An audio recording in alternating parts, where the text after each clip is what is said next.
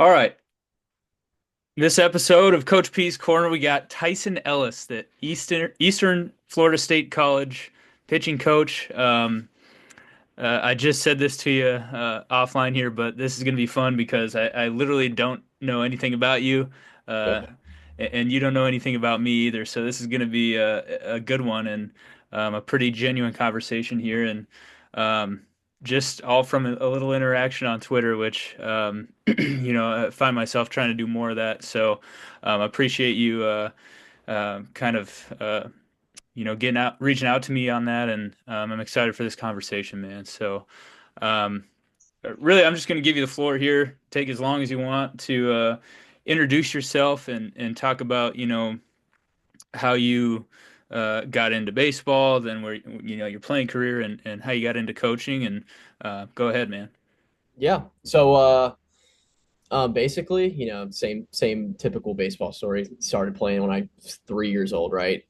First love, only love. Played a little bit of golf here and there in high school, actually, but it's always been baseball, right? So playing career wise, I started. So my freshman year was like it was such a whirlwind. So I went to USC Upstate as a freshman. It's like where I signed out of high school, USC Upstate, Spartanburg, South Carolina. Went there for my freshman fall, just decided that I wanted to transfer at the break. And ended up going to Gulf Coast State College in Panama City, which is a JUCO down here in Florida. And I went there in the spring, struggled a little bit, ended up getting hurt, severed ties there. So basically, I went to two schools my freshman year and was transferring from the school I was at the spring. So luckily, I was able to get a medical redshirt from Gulf Coast. But basically, the way I look back on it now is like my freshman year was basically a wash, right? Like it was just a great memories and all, but from like a playing perspective and everything, just total wash. Um, and then that next year, my redshirt freshman year, I walked on at Pensacola State College, which is another junior college down here in Florida, and ended up, having a really good year there, pitched well. So I'd kind of like, I went and reinvented myself, if you will. I played summer ball out in the Expedition League in Wyoming. I had a buddy who was like, "Hey man, our team sucks. Like we need pitchers. Like, do you want to come?" And at this point, I didn't have a school to go to, so I was like, "Yeah, why not? Like Wyoming sounds cool, whatever." In my freshman year, I was really bad, like so bad. I was scared. Like I knew that I was scared, right? And like obviously, when you're the pitcher and you're scared, everybody else definitely knows you're scared, right? So I took summer ball to kind of like challenge myself to be like, hey man, like you really suck, and no team might pick you up. You have a 15 ERA as a freshman, like you're coming off of I had like a level 2 slap tear. I'm like, dude, there's a real chance that no team like ever wants you to play for them again. Um, so if I'm gonna play summer ball, I'm just gonna say screw it, just let balls rip, figure it out. And I actually had a really good summer, and that was kind of like what helped me get back on my feet going into Pensacola. And it kind of took that same mentality of like, dude, just screw it. Like, I'm just gonna play baseball, have fun, stop putting so much pressure on myself, all this. And I ended up having a really good year at Pensacola as a redshirt freshman. And because of that, I signed to Troy. So I ended up playing my last 2 years at Troy down in Alabama until I got hurt. And after that, the career kind of ended, just went into coaching. And I kind of knew I wanted to go into coaching. I've like from a young age, like I just love baseball. Like baseball was like, it was always like my happy place. That's where I wanted to fight a bad day at school or like, family drama, anything like that. Like I just baseball, like it was what I looked forward to. It's what kept me on the right track. Like I just enjoyed it so much, and I felt like it taught me everything. Like even through like the failures, right? This is what everyone always says about sports, but like, it taught me how to deal with adversity, how to be tougher, how that, hey man, if you work hard, like typically things are going to go your way, all that stuff. So from that, I just was like, man, like I don't ever want to not be around baseball. Like I just loved it. Like I didn't care like if I was doing it for free, I would still be around a baseball field. Like it just was what I was going to do. And then especially just like developing. So I spent a summer at Tread, training up there, and like just getting around people like that are like really smart, and this new wave of like player development, because this was back in 2021, so that was like when they were like really fresh. And it was just kind of like this new wave of player development, and like I just learned so much, and it was like, man, like that made me want to coach even more, because I was like, man, like you can really do a lot of good and help kids get better. um and I can really, like, I always wanted to be the guy who, especially like because you're probably around my age too. Like, so we're kind of in this weird bubble of like when we were playing college baseball, maybe people a little bit older than us, but they were really playing through these times of like the new school, old school clash, right? Like all this new school stuff is coming out. All you still have typically most of your coaches are still older school guys. And like in my head, it was just like always a war between like the new school guys and the old school guys. And I'm like, I'm gonna be the coach that bridges the gap, right? Like you need to be old school, you need to be new school, right? Like you don't need to be like the happy medium is somewhere in the median, right? Like, Mhm. if you're like, hey, F all the new school stuff, we're only gonna be old school, you're probably not gonna be that good. And if you're only new school, you're also probably not gonna be that good. Like you have to have some mixtures in there. And Well, I just that's know, like, let's go ahead. sorry for interrupting you, but No, that's absolutely. really funny because I'm actually 31 now. So Okay. I was in like that when I was in my senior year of college, like we did reverse throws and that was it. Like there was Yeah. green plyo balls and nothing else. So it's just Yeah. kind of funny how like I was like right on the the bridge there, like which what's good, what's not good, like am I doing the right thing if I'm not doing all of the new stuff. So it was funny to hear you say that, but yeah, continue. That's a good point though. Yeah, no, it's like it is. And I just always told myself, I was like, man, like if there's some coaches that can come around that are willing to like take a little bit from both sides, like you're probably gonna be successful because there's a ton of good stuff in the old school stuff. Like a lot of the principles I think that I teach are probably a little bit more old school, but like, I always think of it as like old school philosophy, but like new school training. Like if you're not training in a new school way, I think that you're just a little silly and behind the curve. Like we just know so much stuff about how the body works and like how to actually improve guys now from like a strength and conditioning aspect and all of this stuff to where if you're not into that kind of stuff, if you're not into TrackMan, like if you're like, yeah, I'm not going to listen to TrackMan, it's like, dude, you're just whoever you're playing against is listening to it and probably using it Yeah. against you. So it's a little. I wouldn't be doing that, but like I said, it's got to be somewhere in the middle, and that's what kind of like it just sparked my interest with coaching. Is just like it's a never ending cycle, right? Like it's like I look at it as like this is what I want to do for the rest of my life. So it's like, Mhm. dude, there's so much to learn. Like I'm never gonna figure it all the way out. It's a never ending challenge. And along that path, like I get better, but I can also help guys that were just like me get better too. Like, there's a lot of kids out there, like, no matter what people say about this new school of kids, because they're definitely a different breed. But I still think that kids want to get better. They want to win. Like, yeah, I still think that there's a lot of hardworking kids out there that do want to push themselves. And, and if you give them the right information, then they will build off that. But, I just kind of always wanted to be that guy. I was like, man, like I think that I could do a lot if I help, bridge these two ways and don't make it a war, but just be like, hey man, like I don't want you guys arguing. I want to listen to the old guy talk and take his best stuff and listen to the new guy talk, take his best stuff and see what happens from there. Yeah. So yeah, I that's kind of how I couldn't got to it.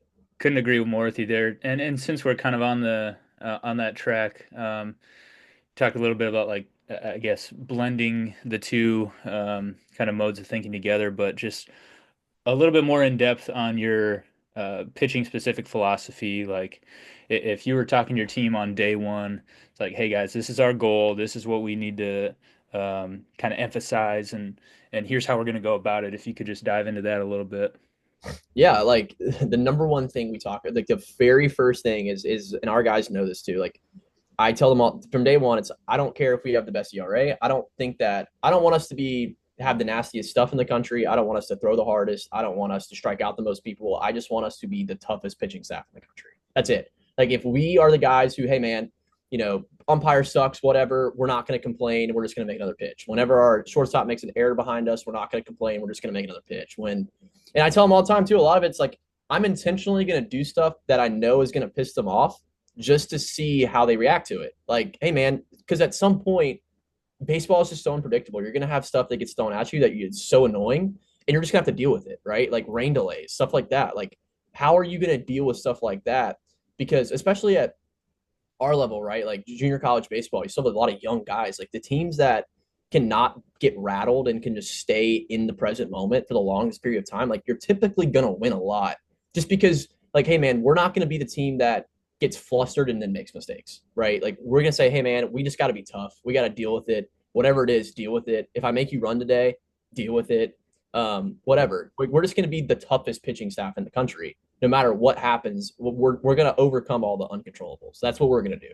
And from there, obviously we have to work on throwing harder and having better stuff and locating and all of this. But it all comes back to like, hey man, if you're soft, like it's just going to be really hard to do this with you. Like it's going to, because it's too hard. Like the game's too hard. It's too challenging. It's too unpredictable for you to not be tough enough to say, screw it. Like I'm just going to get through this or whatever. So that's the number one thing we talk about. We are going to be the toughest pitching staff in the country. Yeah, and I think it's so easy to um, like just find a reason for why you didn't do well. Like especially like you said in baseball, there's probably more variables than in any other sport. It's like, well, you could point to any number of things. You know, you could talk about, well, the mound wasn't good, the umpire wasn't good, the weather wasn't good. I mean, there's all these things. It just, and I think at being a Division III coach and at a 4-year school, that's why you see older teams have more success is because they're kind of callous to that stuff. Yeah. And it just as hard as it is to accept, I think you just have to have those experiences where you fail a little bit, or you have some setbacks, and um, that's the only way really to grow. And that's why, again, the team that won our league last year just had a ton of seniors, and not only were they talented, but they just played hard, and they didn't really care what else was happening aside from what they could control. And I think that's something that at the junior college level, it's tougher because you only get 2 years of them, right? And so I guess you can kind of talk a little bit more about how you get a 19-year-old to, you know, get to that place mentally where they're just not going to be affected by that stuff. Yeah, I mean it's super tough. I still try to figure out ways to do it all the time, but it's like you said, a lot of these older guys they just get it through actual baseball game experience, right? So for me, it's like, okay, how do I challenge them in all these other ways that aren't just baseball, right? Like, so something we did all fall is like we'll do Mindset Monday. So every Monday morning at 7 a.m. they come in and do a cold plunge, like just to do it. It's like, hey man, I know it sucks, like whatever, just get through it, and eventually you're okay with it. Some days we do like we're talking about new school training stuff, right? Like I'm not a guy who's like, hey man, I think running poles is going to make us a better pitcher, right? And I tell our guys that and whenever we do it, I tell them straight up, I'm like, hey man, we're about to do some long distance running, and it has nothing to do with making you a better pitcher at all. Like, in fact, I think this honestly, from a strength and conditioning perspective, is probably bad for you, but for your mental fortitude, it's great for you. Like, it's just gonna suck, but are you gonna die?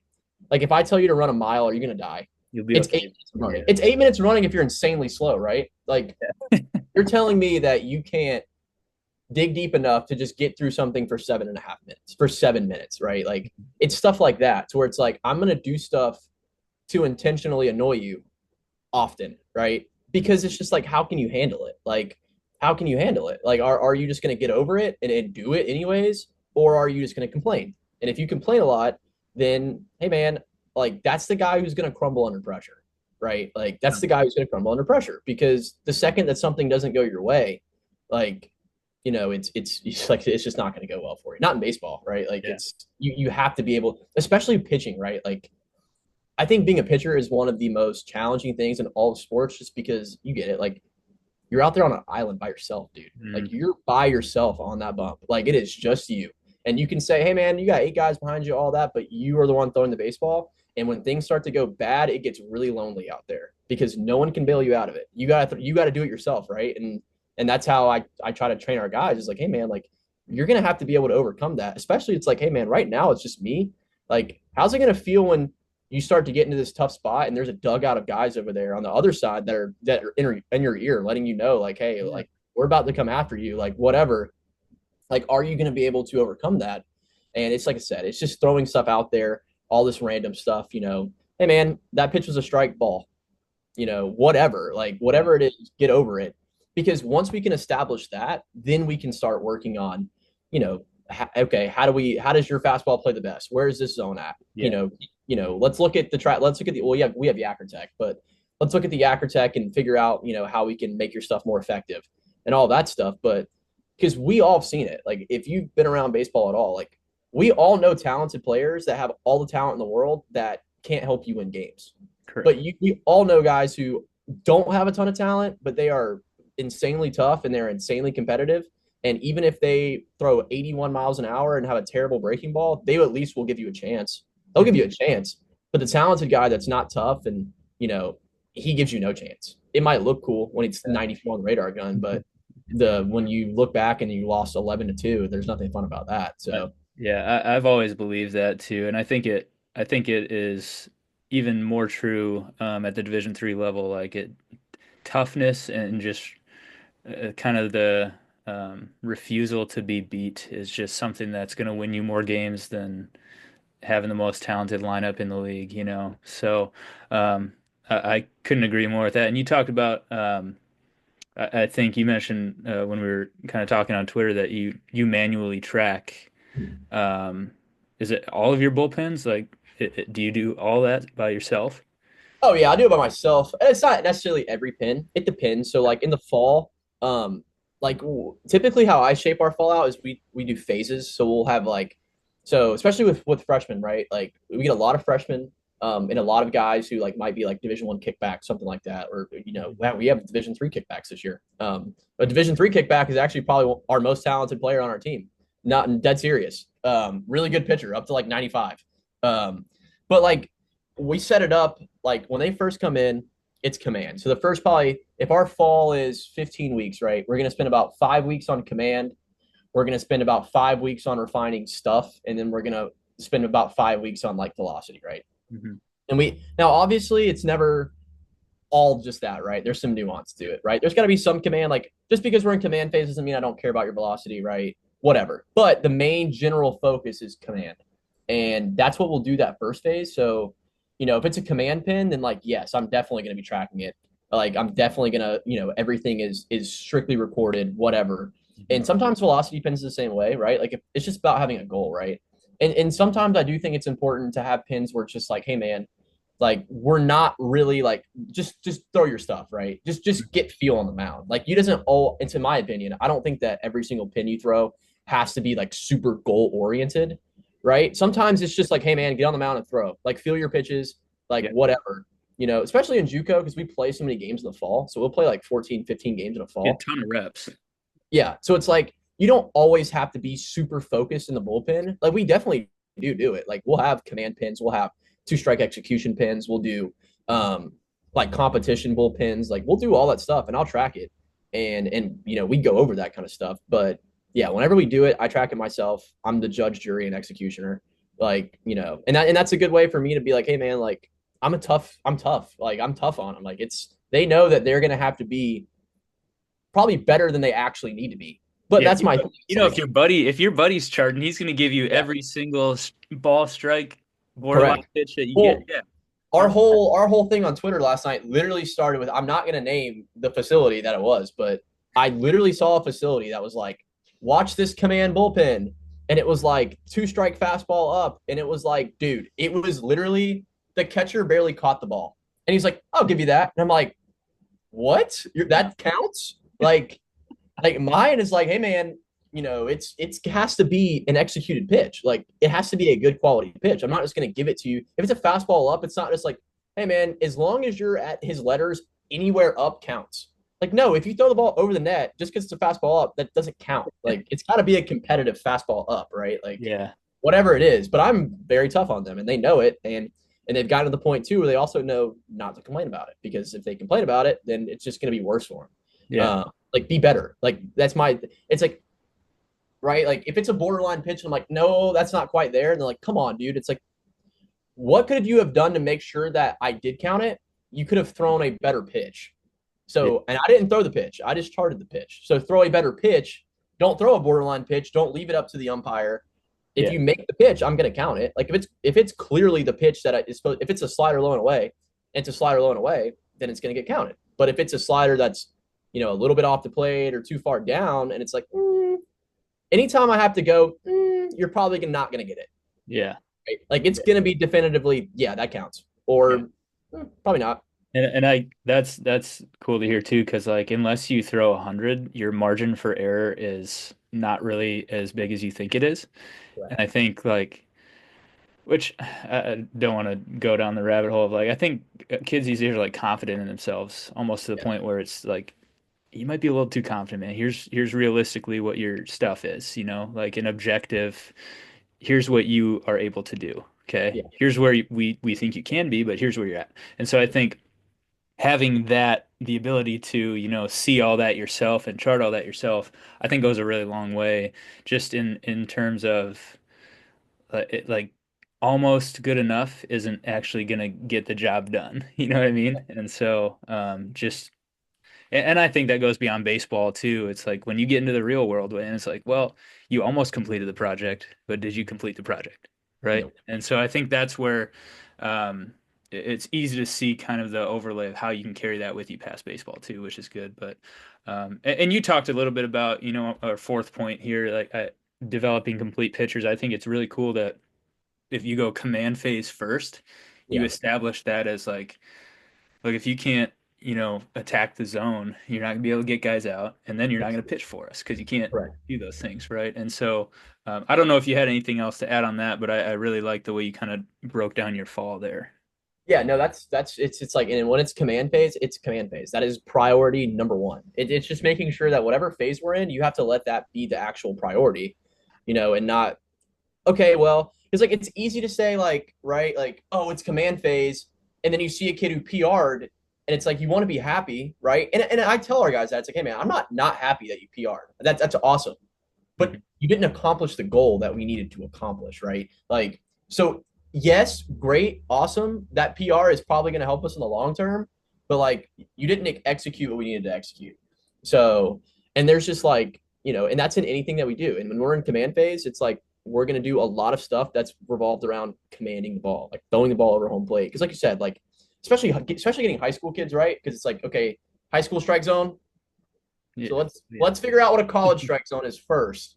Mhm. Like, and then we can build from there. Because like you said, it's like I want guys to throw hard. I want guys to throw nasty stuff, but it needs to be in the zone. And a Mhm. lot of this stuff is like and you see all these stuff on Twitter and it's like, yeah, but like this works in the MLB and it's like, dude, 95% of baseball is not relative to the if you're not playing SEC, ACC baseball, Mhm. like it's not even comparable to Major League Baseball. It's not the same. And I'm not saying that you can't take information from that because you can, but like you're telling and you're a D3 guy, right? Like you're a D3 pitching coach and I'm supposed to do the same thing the Cleveland Guardians are doing.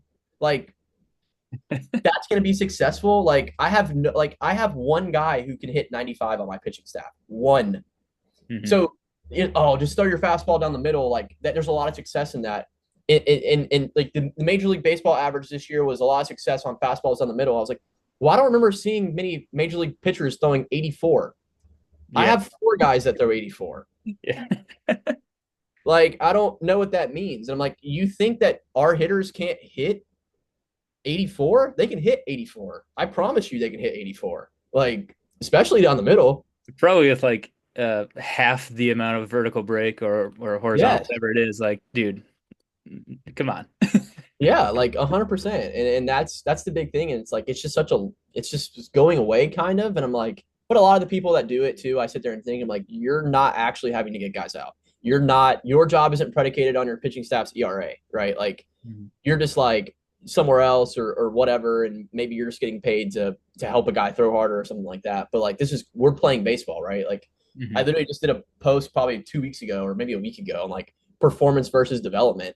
And I'm like, like we're playing baseball, we're not playing player development, right? Like Yeah. so it's like, and if you're not helping your guys succeed in the baseball games, like what are we doing? And we know that executing pitches is what helps you be really good unless you throw 96. And if you have a guy, if you're have a staff of guys throwing 96, more to you, dude. Throw it right on the middle. I promise you. Like I said, our guy who's 93, 95, I promise you, I tell him to throw the ball down the middle because Oh, that's yeah. work.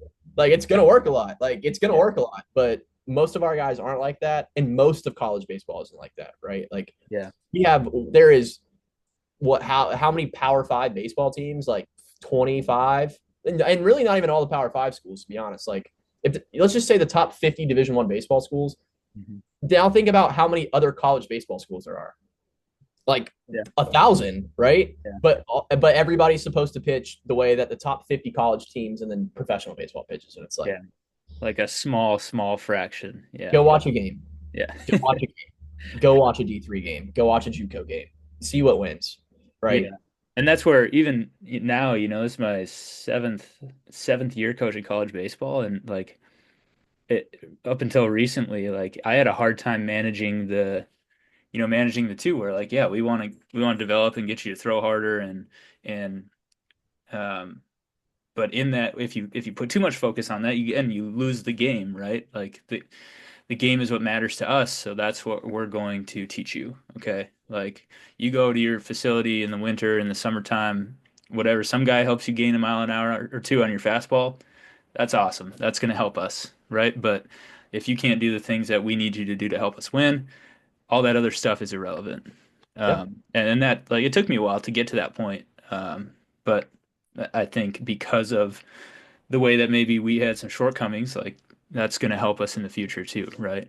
Um, you'd mentioned a bunch of stuff in here that I just had a couple short questions about, like the value of summer ball, right? After your freshman year, this is kind of a two-parter. So like you kind of have that back against the wall mentality, almost nothing to lose in a Mm. way, right? Um, but just talk about that, kind of the value of summer ball with that, having that attitude of like, what do I have to lose, you know? Yeah. Yeah, no, it's dude, it's Matt, and I will say that's probably why my career at Troy didn't go as well as it did because when I was in junior college, like I truly felt like, hey man, like you're a walk on with terrible numbers. Like I was the last pitcher that we took at Pensacola that year. Like no one was really expecting a ton out of me, and that ended up being the best year I've ever had. Right, like back against the wall throwing, and then when I finally got to Troy, it's like okay, now you're at a little bit bigger of a level, and it felt like I had a lot more to lose, and I think that I let that affect me, right? Like, and that's what it's really hard, and it's still something that's like, I try to tell our guys like, I'm telling you this through failure, right? Like, I think as a coach, you can kind of coaches can be successful and experience this one of two ways, right? Like, you can learn from guys who are very successful and they say, hey, like, I was very successful. This is what I did. This is how I do it, and I think you can learn a lot from that. But you can learn just as much from failing, right? Like, hey, man, Mhm. I know what it felt like to be good. I know what it felt like to be bad. When I was bad, I was thinking about this. When I was good, I was thinking about this. Right. And when I was really good, I was thinking about, hey, man, like, you just got to play like there's nothing to lose. Like, just go out there and throw the ball. If you suck, you suck. Like, what is the worst that's going to happen if you suck? Like, what is the worst that's going to happen? Like, you don't pitch. Okay. That sucks. But, like, you still have a family to go home to, hopefully. Right. Like, Mhm. you still have a future. Like you still have so much after it. Like it's not that big of a deal. And when you put so much pressure on myself or yourself or whoever it is, like that's when you're probably gonna fail. Like because you're just putting so much on it when in reality, like, it really is just a game. And I know for people like, it is our life, right? It's literally our profession. But at the end of the day, it is still just a game. Like and you have to treat it that way. Like if you don't, I think that that's when you're going to see a lot of failure because you're just putting so much pressure on yourself to do it. Um, so yeah, Yeah, and I think recently, as I'm getting a little bit older, I feel like that's kind of a good place to get back to is like, why am I really doing this? Like, am I doing this to have our team ERA be like a 4, or am I doing this to help these kids with life after baseball and to give them a really good experience, right? And so if you can get back to, I think getting back to the basics, it just goes so far. And it's really, again, the reason why people choose to do this as a profession. It's, do you want to win? Yeah, but that can't be the driving force behind it. And I think anytime you experience maybe a bad year, a tough year, it's really good to get back to this is why I'm doing this. This is the real purpose. Everything else will fall in line if I just kind of give everything I have to my purpose every day. So that was a really good answer. So I appreciate that. And then just we got about 10 minutes left, which is fine. Um, I guess the experience at Tread, obviously you're around some pretty intelligent people, some good baseball minds. What are some things that you can take from that? Maybe not just like physical training stuff, but what are some other things that you could take from that experience that, you bring into your coaching career now? yeah. I mean, man, that's a good question. Like I learned so much there. It's I guess like one of the biggest things I learned is just like, dude, there's a way to get better. Like there's a way to get better. It's just digging deep and finding it out. But I think that the biggest thing I learned was probably like it was just a way of thinking and it was a way of processing things and being like, okay, like, you know, I had a really good relationship with my tread coach. I still do. He's not with them anymore, but I talk to him to this day. This is 4 years ago. We still talk all the time. And it just kind of rewired the way I thought about things. It rewired the process I took behind it and not looking so much on like, okay, like how do we back channel information? Like how do we look at the result and then back chain it up? How do we, okay, maybe, this happened, but how do we look at like how do we figure out why what is happening is actually happening, right? Instead of just taking it at face value. Um, and just being able to actually break stuff down and think about it in more than just one or two ways. And then the biggest thing is think about it in ways that you might not have heard of before too, right? Like that's a lot of what they do, I guess, still is, it's innovative, right? Because you have to think about ways that aren't like preconceived, right? Like think about other ways and just like, oh, well, this has to be the answer because of this, right? It's like, no, this could be the answer because of 150 different things. Yeah. And then whatever that answer is could also be the because of 150 different things. And, it just kind of made me think like, going into it, like, okay, there is more than one way to do this, and you have to look at every single way before you want to change guys and stuff too, right? Because like a lot of times too, like when I went there, it wasn't like I was just some bad pitcher. Like I was a Division 1 pitcher that was, I was throwing 89 to 92. Like Yeah. it's not like I was, not talented. It was just like, how do I train guys like that? And it's a lot of it is like, okay, like, are you looking for quick fixes? Are you looking for long-term fixes? Like, Mhm. it's almost hard to explain just because like it really is when I tell people you're not the first person to ask me, but it really and truly just it rewired the way I thought about things, right? Like it truly was. Like it made me think about things in a totally different way instead of just being like, okay, there has to be an absolute in everything. And it's like, no, there doesn't. Like there is no absolutes. If I know one absolute, it's that there is no absolutes. Like that's what I learned from it. And it's never stop thinking about new possibilities for why those things are happening and how to make guys better and all that stuff. It was just a rewiring of the brain, to be honest. Yeah, and again, I don't have any experience with them or anything like that, but um, it seems like they invite their athletes to kind of solve problems for themselves, Yeah. right? By the way they Yeah. operate, and I mean, that's a lot of what I learned too, is just like how to become my own coach, right? And like that's yeah, kind of a big piece of it too, is like, what are we teaching our guys? Like, do we want our guys to be robots, or do we want our guys to actually understand what they're doing, right? yeah, Like, and it's not bad to have structure, like especially I think with young hmm kids, like you need structure. Well, I say young kids, but like even 18-year-olds, they still need structure.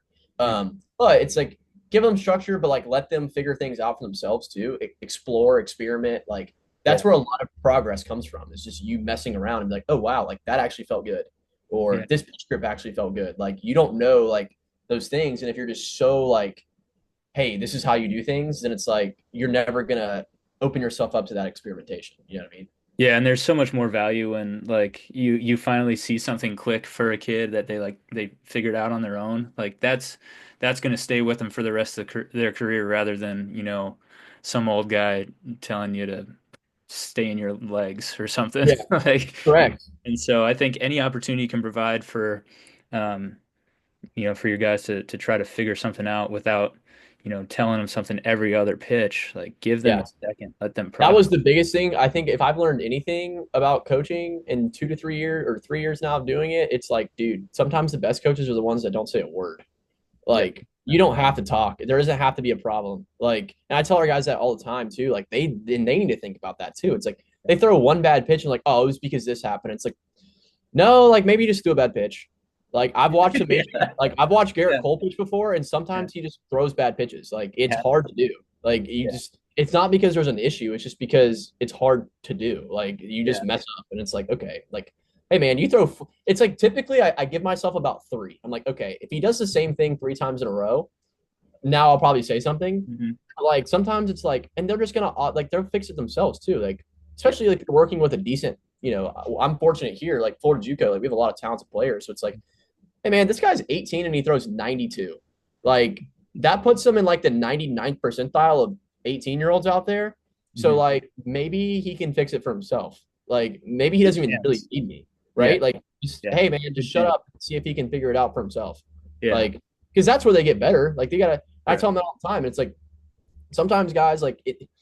They'll ask me a question in the bullpen. They're like, "What do I need to do here?" And I will literally be like, "Figure it out." And I don't say that, no, the old school like, "Oh, figure it out," but like sometimes it is important to be like, "Hey man, when you're out there on the mound, I am not in your ear. Like, I'm not going to be able to tell you every little thing that's going wrong. Like, you have to be able to figure it out for yourself. Like, Hmm. and so if you're giving a guy a cue every bad pitch in the bullpen, it's like, okay, but then how's he going to problem solve in the game when Yeah. his adrenaline is 50 point, like, spiked, his blood pressure is 40 points higher, Yeah. and there's just the stress and anxiety of being in a baseball game. Yeah. And he has no experience of ever figuring anything out by himself, but now he's going to do it. It's like, Yeah. probably not. Right. Yeah.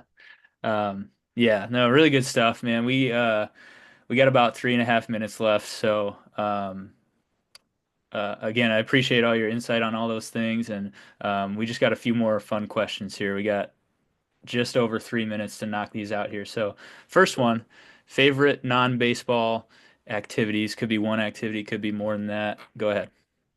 Hiking, like, probably number one. I love it. And then just to keep my competitive side in me, I love disc golf.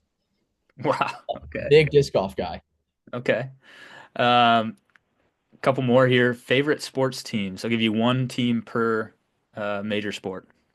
So I don't really care about professional sports, to be honest. I never really have. The only professional sports team I actually actively root for is the Jacksonville Jaguars, but mega Florida Gators fan, like mega Florida Gators fan. I grew up 30 minutes from Gainesville, so I'm just Okay. mega Florida fan. You probably But the didn't really have a Jaguars are the choice. only team I pull for in professional sports. Okay. You didn't really have a choice with the Gators then. You're Yeah, kind of born into it. yeah. Favorite movie. Moneyball. I've probably watched it 1,000 times. Do you have a favorite non-sports movie? Non-sports movie. Oh man, I do love sports movies. Let me think of one. I know there's surely one on there.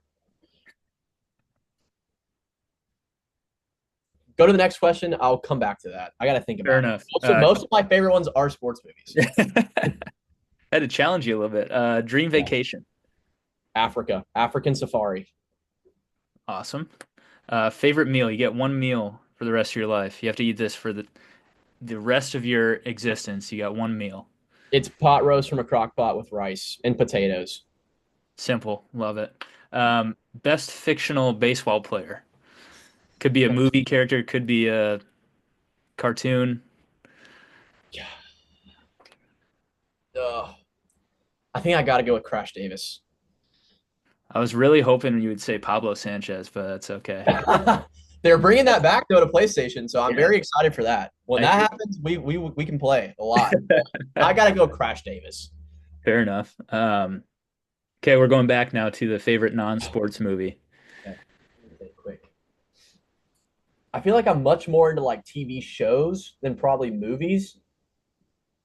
If you can't think of a movie, we can go TV show. Oh, probably now that I think about it, I'm just gonna do this solely based on amount of times watched. Is probably The Patriot. I probably watched that movie 5,000 times. I love The Patriot. All right. Good answer. Well, we got time for one more if you can think of your favorite TV series or Netflix series or anything Oh, like favorite TV series. This is gonna get a lot of flack, but I just watched it for probably the fourth time, and it got to be Gossip Girl, dude. It just like it's so good, dude. Like, and it's so perfect. I just like I said, those are the kind of stuff that I like getting off of, like that. non-baseball stuff that's totally random. Yeah. And I've watched it probably four. But I had a girlfriend in like college, like my freshman year of college. I was like, you should really watch this, and I did. And I was like, I was embarrassed to be like, man, like this is actually really good. And now I probably watched it four times, but Well, I think it's great. So there you yeah, have it. I That's should watch it. first time I've ever heard that one. So, again, we're running out of time here, but Tyson, man, it's really good to meet you and talk to you a little bit, and looking forward to staying connected in the future, man.